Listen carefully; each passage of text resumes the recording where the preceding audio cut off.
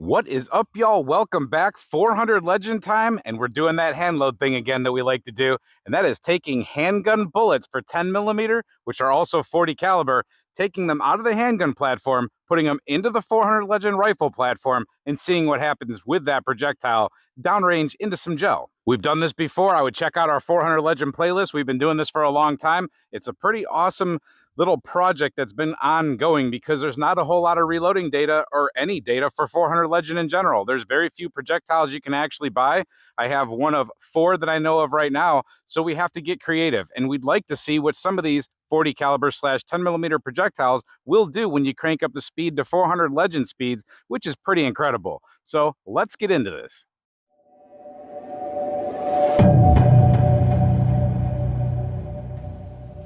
So we've taken the Federal Punch projectile, the 200 grain 10 millimeter projectile, out of that 10 millimeter casing, and we've inserted it into a 400 Legend case. You can see that that's very elongated. It packs a whole bunch more powder behind it.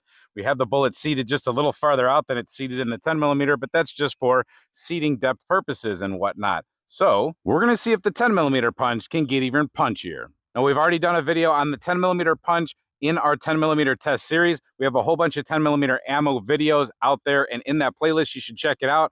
But there is one specific one for this punch ammunition with this 5-inch Delta Elite and a 3.8-inch XDM OSP, whatever, from Springfield Armory, a polymer gun with a red dot. It performed pretty well out of both of them, but I just say pretty well compared to a lot of handgun rounds. As far as 10 millimeter, it didn't do so well. The 3.8-inch, it had an okay piercing effect, but not a whole lot of serious wound channel stuff in the beginning.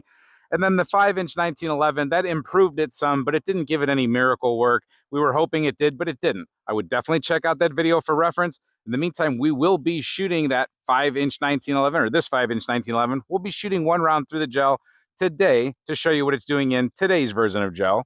And then we're going to go ahead and put it through the 400 Legend, which is going to give it a complete extreme beatdown, I'm sure, no matter what. Whether the projectile stays together or not, that'll be something that we have to see. But the foot-pounds of energy, the speed of that projectile colliding with that block always does fun stuff. I've already told you about the handgun. That's nothing special. We're here for the big show, and that's the 400 Legend. People go, oh, it's only a 400 Legend. It's just like a 350 Legend, but 50 more Legends. Not really. It's actually a very, very powerful rifle cartridge. I really hope it gets more traction. I think it would do well as a suppressed home defense gun.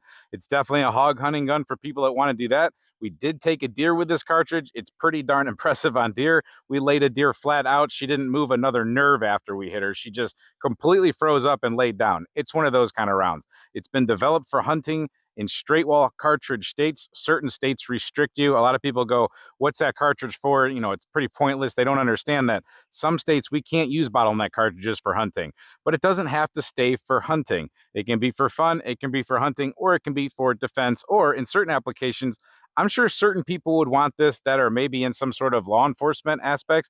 Like I said, it's a super heavy hitter. You're going to see that today. There's not a whole lot of AR rifles available in this cartridge right now, but we have one cobbled together with a Palmetto State Armory lower and a Bear Creek Arsenal upper. I think I've explained it all. Let's take a shot with a handgun. Let's take a shot with a rifle, and let's see what we get. All right, 200 grain 10 millimeter Federal Punch into the gel block with a 5-inch barrel.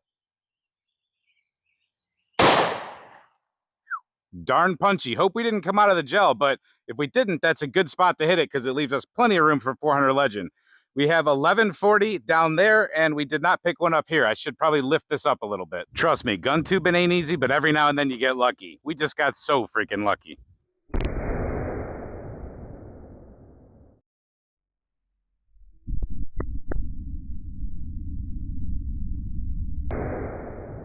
$11.40 on this chronograph. So that bullet came out of the first block and made it into the second block, but boy, did that second block barely catch it. It's actually split on this end.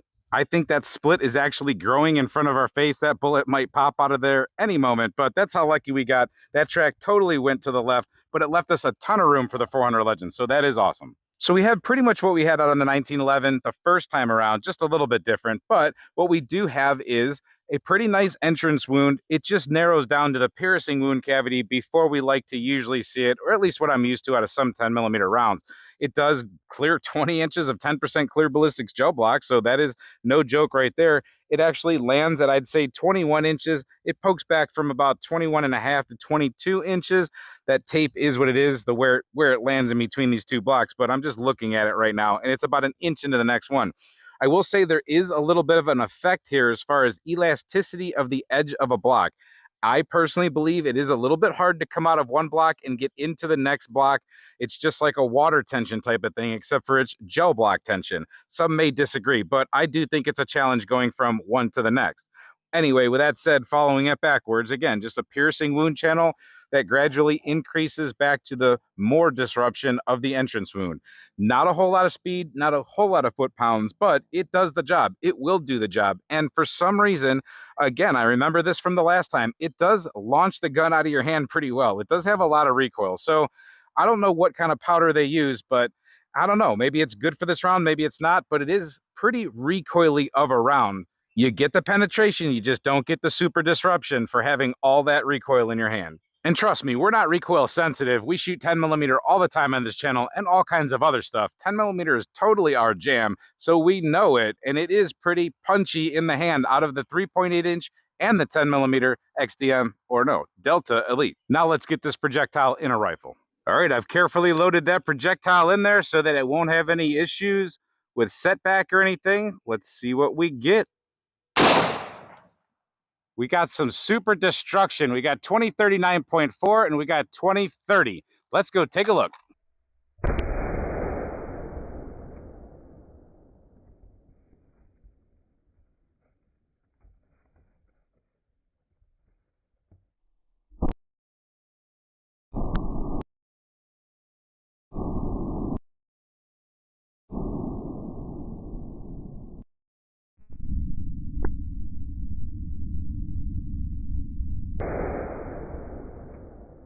.2030, and we have a flipped over block. I love it when that happens. All right, guys, I'm not going to say that that's legendary, but I'm going to say that's pretty freaking amazing. Look at that. So the star pattern starts right away. You can see that that thing almost symmetrically just blew itself to pieces.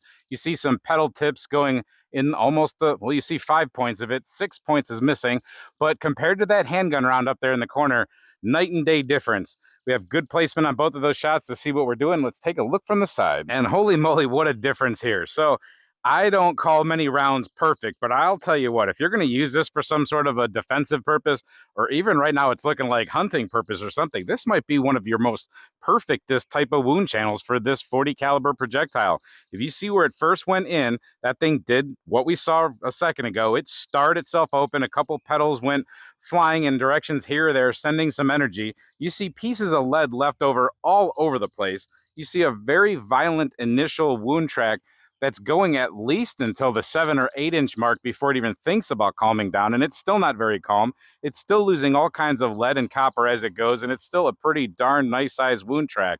We have that going on until about the 14 inch mark, and then it might calm down just a little bit more, but still losing all kinds of pieces of itself. I don't know if it was tumbling or what it was doing. It finally lands at about the 19.5 inch mark. It almost made it all the way out. It's got a whole nother bubble of disruption around it. It didn't poke out. That next block has a hit from something else. So if you can kind of see that, that's not anything to do with this round. But it fell just a little bit short of what the handgun round did, but with a whole lot more destruction. That is actually a really, really, really impressive wound channel. I can't say it enough. I really like how that worked out. And that should be a pretty good, easy, reliable feeding round because of the shape of the projectile. So we might be onto something here. The block's a little bit dirty, but let's take a look from the top. All right, I'm pretty sure from this angle, even though the block got a little bit dirty flipping around, you can see a dramatic difference from the handgun. So that 400 Legend really pushes this projectile big time. It lost a lot of itself. It'll be interesting to see how much weight is left, but the whole way down doing destruction, leaving little gas pockets, and even when it landed down in the end, has its own personal little gas bubble around it. That is pretty darn awesome. It's not landing totally face forward, but it looks like it held together for the most part. Let's get this thing dug out, and let's get the handgun one dug out also. Let's see what these things look like side by side. All right, there we have the handgun projectile on the left and the rifle projectile on the right. It should be pretty obvious. This one definitely smushed and mushed itself down a whole lot more. If I turn them upside down, you will see that. It's pretty cool. These rounds do have a P on the back of the copper backing. It says P for punch. But you can see right there, that 400 Legend really smushed itself down big time. You can see from the side view that the velocity totally mashed that thing down, but it didn't destroy it. It pretty much uniformly kept losing a little bit more and more of itself and shedding a little bit more and more of itself, but it stayed together for the most part. All right, from that angle, you might be able to see a little bit different too. It just kept mashing itself down more. The mushroom effect kept happening. We had a few petals that actually peeled back all the way and laid into the base, and then a couple that just disappeared, but it did it all fairly uniformly. As far as weight retention, we were supposed to start with a 200 grain projectile, and out of the handgun, we have 199 grains left, so pretty darn good right there. I have a feeling this will be a different story because some of it's left in the block. We have 133.1 grains left. So again, that's pretty darn incredible. It lost all that mass of itself, but it did it in a controlled, uniformed way. Very impressive, in my opinion. The handgun round expanded out to .633, and the rifle round, after shedding so much of itself, still ended up at .608. So I think you have some pretty good information right there, especially because there is load data out there for 200 grain projectiles. If you can't get your hands on punch projectiles, which I don't know if you can or not, you can always pull them out of the handgun boxes. I know it gets a little expensive that way, but you could do that. So here's what I'm going to say.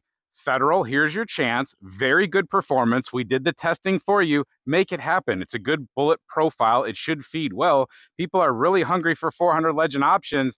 Let's do it. It's available. Let's do it. I mean, you have the components. Maybe you change around a thing or two, but for the most part, do it. And for the rest of you, let us know in the comments what you think about the performance of this newly created 400 Legend round. This stuff is really fun. Check out our playlist. We have a whole bunch of videos on 400 Legend, including changing around all these handgun bullets. Take this information we collected today and use it as you see fit.